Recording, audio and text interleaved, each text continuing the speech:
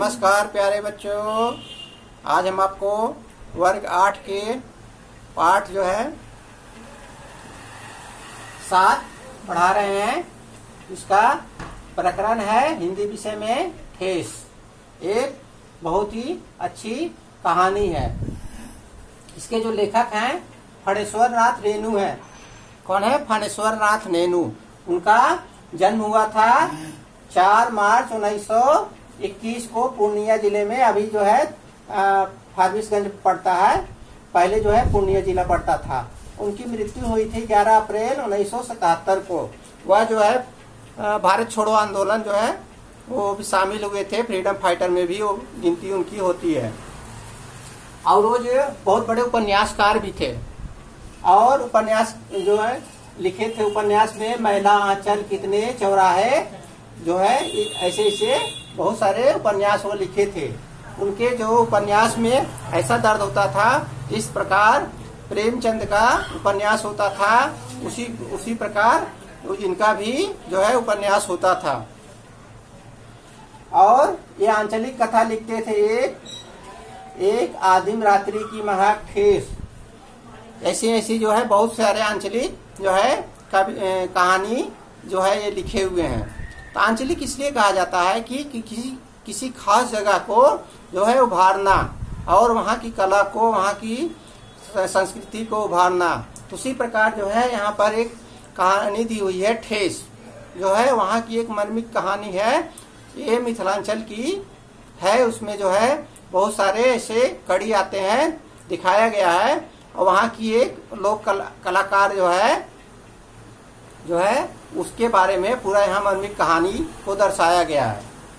तो इसके मुख्य पात्र हैं सिरचन है। उसको बहुत लोग तुच्छ दृष्टि से बहुत सारे उसके नाम रख दिए हैं, क्योंकि वह खाने पीने में बहुत जो है तेज था। उसकी जीभ बहुत जो है चटपटी थी, इसलिए उसको चटोर भी कहा जाता था। और बिना पैसे के भी काम कर देता था। और कामचोर भी लोग कहते थे, हरामखोर भी कहते थे, बेगार भी कहते थे बहुत लोग। तो इस तरह उसका जो है नामकरण किया गया था। लेकिन वह जो है दिल का बहुत सच्चा आदमी था। इसी तरह उसमें पात्र आते हैं, भाभी आती हैं, चाची आती है, मंझली भाभी आती है, मानू आती हैं। ये सब जो है उसके पात्र हैं।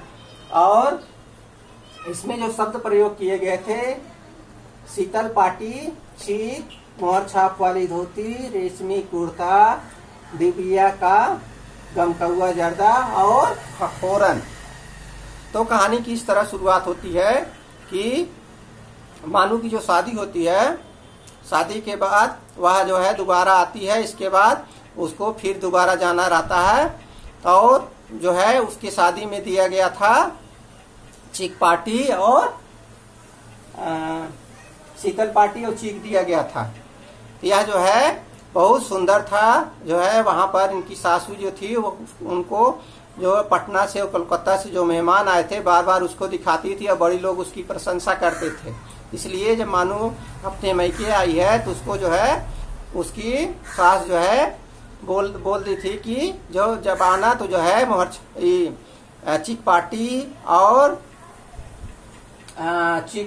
ये शीतल पार्टी और चीक जो है जरूर लेके आना, नहीं तो ठीक नहीं खाएगा। इस प्रकार जो है कहानी की शुरुआत होती है। और वहाँ जो है इसको बनाने के लिए एक ही जो है कलाकार है जिसका नाम है सिरचन।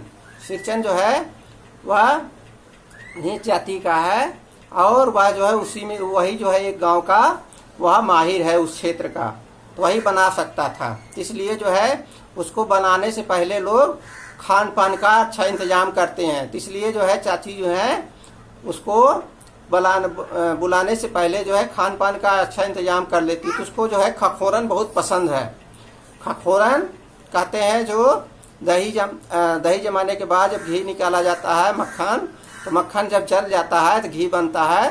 तो घी जब उसको निकाल दिया जाता है तो जब खखोरन बचता है उसको बहुत अच्छा लगता है। उसको जो है चूड़ा के साथ जो है वह खाता है, तो उससे जो वो बहुत पौष्टिक भी होता है। इस तरह जो है वह खाता है, आता है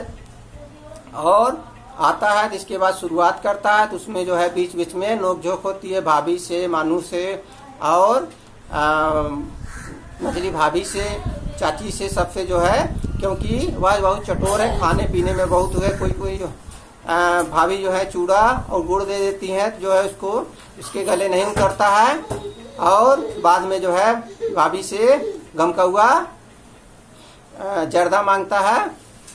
इस तरह जो है नोकझोंक शुरू होती है, और अंत में उसको बढ़िया खाना नहीं मिलता है। उसके लिए वो लोग जो है उसको जला देती हैं, जलाना क्या, टोन छोड़ती हैं, और वह जो है उस समय भाग जाता है, और वह जो है अधूरा छोड़ के चला जाता है। जो शीतल पार्टी होता है उसमें जो है तारे तो टिमटिमाने लगते हैं, लेकिन तारा जो है पूरा नहीं बन पाता, इसलिए मंद पड़ जाता है।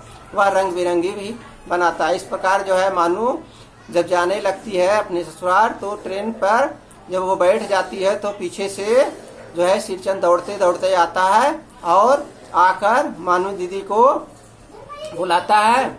और जो है लेखक जो है जाते रहते हैं और उस देखते हैं, कहते हैं कि एक बार मानू दीदी कहाँ है। तो मानू दीदी जो है मानू को देखते हैं। इसके बाद कहते हैं, मानू दीदी ये तुम्हारे लिए पूरा जो है वह गठरी बांधे हुए रहते हैं, वो बड़ा सा बोझा का, वह दे देते हैं। तो उसमें बहुत सारा चीज रहता है, चिलपाटी रहता है, चीक रहता है, और बहुत सारे नक्काशी किए हुए सामान रहते हैं।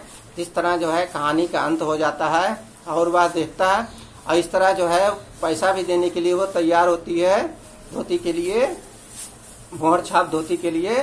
तो जो है पैसा लेने के लिए वो जो है तैयार नहीं होता है। हाथ जोड़ लेते हैं, शिवचंद जो है हाथ जोड़ लेते हैं, कहते हैं कि नहीं, इसकी जरूरत नहीं है।